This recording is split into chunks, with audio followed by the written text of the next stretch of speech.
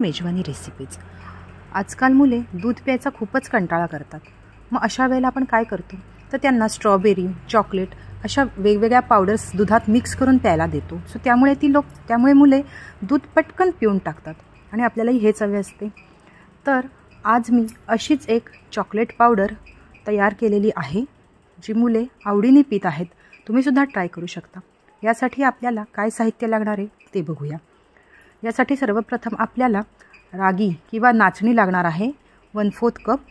ही नाचणी मी dry roast करून घेतलेली आहे, म्हणजे कुठलेही तेल किंवा तूप न टाकता तव्यावर नुसतीच हलकीच कलर बदलेपर्यंत परतून घेतलेली आहे हलक्या हाताने।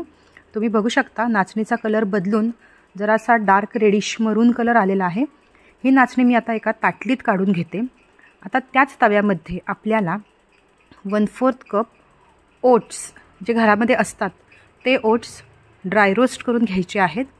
अगदी हलक्या हाताने अगदी काही सेकंद म्हणजेच एक 15 ते 20 सेकंद म्हणू शकता किंवा अर्धा मिनिट थोडासा लाईट कलर चेंज होईपर्यंत हे ओट्स आपल्याला चांगले ड्राय रोस्ट करून घ्यायचे आहेत। तुम्ही बघू शकता ओट्सचा कलर थोडासा किंचित चेंज झालेला आहे। ओट्स भाजून झालेले आहेत ते मी आता भाजलेल्या नाचणीवरती त्याच ताटलीत काढून घेते। त्याच्यानंतर आता मी ज्वारीचं पीठ हे घेणार आहे 1/4 कप 1/4 कप। तुमच्याकडे जर ज्वारीचं पीठ नसेल आणि नुसती अख्खी ज्वारी असेल तर तीही तुम्ही घेऊ शकता। तीही अशीच ड्राय रोस्ट करून घ्यायची आहे। जशी आपण नाचणी केली तशीच ज्वारीचं पीठही आपण तव्यावर नुसतं भाजून घ्यायचं आहे कलर बदलेपर्यंत। सोनेरी कलर आला आहे बघू शकता। हे पीठसुद्धा मी आता ओट्सवरती घातलेलं आहे ठेवलेलं आहे। त्याच्यानंतर कोणतेही ड्रायफ्रूट्स तुमच्याकडे असतील ते तुम्ही 1/4 कप ड्राय रोस्ट करायचे। मी बदाम आणि वॉलनट्स म्हणजेच अक्रोड घेतलेले आहेत। हे मी थोडेसे 2 ते 3 मिनटं ड्राय रोस्ट केलेले आहेत, तव्यावरती भाजलेले आहेत। थोडासा कलर चेंज होईपर्यंत गॅस बंद करून हे मी ताटलीमध्ये काढून घेत आहे। तुम्ही बघू शकता सगळे एकत्र जिन्नस केलेले आहेत। आता हे जिन्नस जरा थंड होऊ द्यायचे आहेत, पूर्णपणे थंड झाले पाहिजेत। हे सगळे जिन्नस नीट एकजीव करून घ्यायचे आहेत। आता पुढची स्टेप आहे मिक्सरमध्ये हे सर्व जिन्नस एकत्र घालून त्यांची एक बारीक अशी पावडर तयार करायची आहे। तुम्ही बघू शकता ग्राइंड केलेलं आहे मी आता। ची पावडर तयार झालेली आहे। जर का त्याच्यामध्ये काही कण असतील तर तुम्ही 2दा-3दा मिक्सरला फिरवू शकता।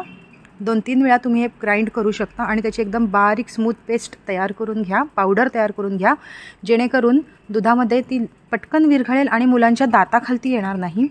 अशा रीतीने मी पावडर करून घेतलेली आहे। आता नेक्स्ट स्टेप आहे याला आपल्याला थोडंसं चॉकलेटी बनवायचं आहे। कलर तर त्याचा चॉकलेटी झालाच आहे पण तो नाचणीमुळे।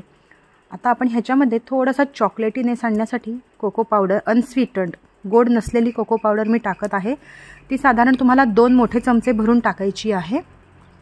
कोको पावडर हाताने नीट मिक्स करून घ्यायचं आहे।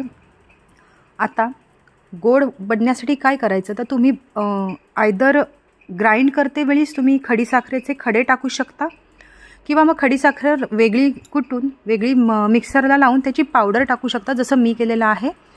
ते नीट एकजीव करून आता आपल्याला एका गाळणीतनं गाळून घ्यायचं आहे, कारण कदाचित चुकून जर का काही खडे किंवा नाचणीचे दाणे वगैरे काही राहिले असतील तर ते नीट हे होतील, बाजूला राहतील, सेपरेट होतील आणि फक्त पावडर आपल्याला मिळेल। तर मीही न्यूट्रीमिक्स लिटिल जॉयचं न्यूट्रीमिक्स आणत होते, अजूनही आणते।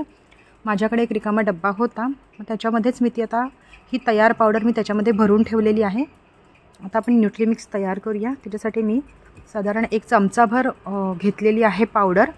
त्याच्यामध्ये गरम केलेलं दूध मी टाकलेलं आहे। तुम्ही बघू शकता खूप छान कलर आलेला आहे। गोड चॉकलेटी असं चॉकलेट ड्रिंक घरच्या घरी कुठल्याही प्रिझर्वेटिव्ह शिवाय तयार आहे। आवडल्यास लाईक शेअर करा आणि हो सबस्क्राईब करायला विसरू नका। थँक्यू।